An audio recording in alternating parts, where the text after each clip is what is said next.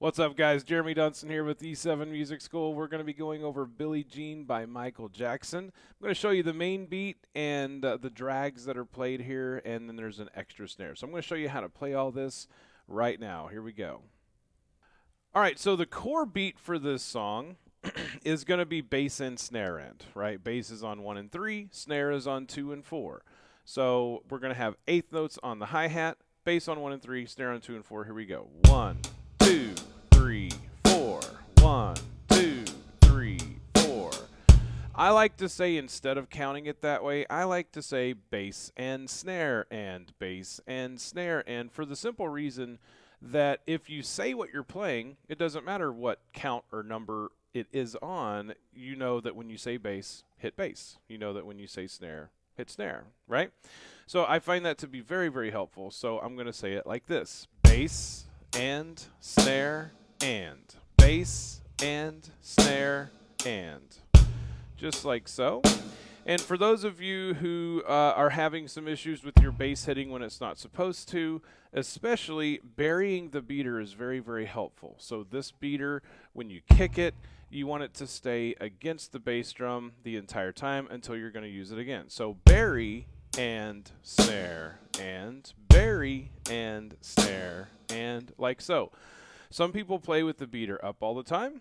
Not saying that that is a wrong technique by any means, but it makes sense when you think about it, because if you are if you're having issues kicking when you're not supposed to, it's just really tempting for you to react and kick. Then if the beater is buried, then in order to kick when you're not supposed to, you'd have to first go back and then down to do the mistake, versus if your beater's just up floating around, all you got to do is react and you're going to make the mistake. So it takes twice the work to make a mistake if you have the beater buried. And there's timing reasonings too, because as a drummer, the more things we do on time, the better. So that's another reason why that really makes sense to do the burying the beater technique.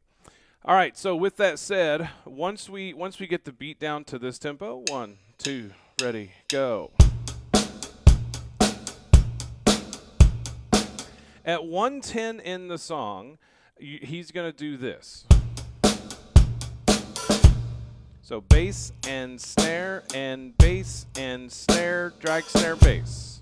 So let's break that last part down. So it's going to go bass and snare, drag. So you want to do a hi-hat drag or an open hi-hat here. Bass and snare. Let's break that down. So that's just bass and snare. That's piece 1, same as normal. Bass and snare. Next is the drag by itself. No bass or snare with it at all. You just do an open hi-hat. And then you're going to do snare by itself. And then both of your feet are going to come down at the same time, and you're going to close the hi-hat and kick the bass and hit the hi-hat all at the same time. So breaking that down, it's drag, snare, bass. Drag, snare, bass. Drag, snare, bass, like so. And again, you're going to hit it, close it, and kick the bass all at the same time.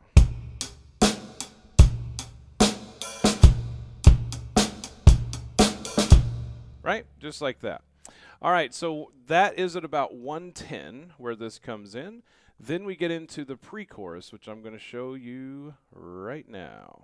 Okay, so at 110, again, once you do the bass and snare, drag, snare, bass, then we're going to start counting at 1, measure 1.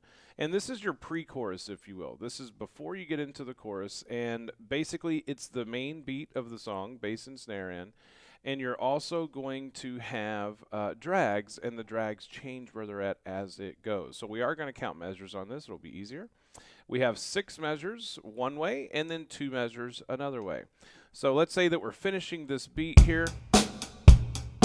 1, 2, 3, 4, 5, 6, 7, 8, 1. And then now we're into the chorus, right? Okay, so in short, let's break that down. So whenever you do this, which gets you into the pre-chorus, is at about 110, you don't crash after it. You just go back into it like I showed you before. drag, snare, bass, and you just continue on. So that bass, when you close the hi-hat, is the first beat of the first measure of the next part. 1, right, like that. So bass and snare, drag, snare, 1, 2. Now, on these first 6 measures, you're going to do a drag on the end of every other measure. So you're going to go 1,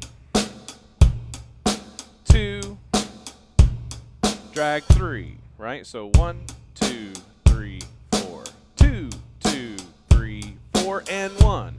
So that drag technically is going to be on the end of 4 every other measure. So bass and snare, drag, bass every other measure until you finish the 6th measure. So let's try that together. 1, 2, ready, go. 1, 2, 3, 4, 5, 6, 7 measures. Now let's say we just finished the 6th measure. Once you hit 7th measure, basically instead of counting like 7, 8, 1, I think it would be easier just to count how many drags you're going to do. So let's see, 5, 6, 7, 8, 5, 6, 7, 8, 1. So you're going to drag 4 times. So basically, starting on 7th measure, you're going to go bass and snare, drag 4 times. Bass and snare, drag, bass and snare, drag, bass and snare, drag, bass and snare, drag, crash. And that crash begins the chorus.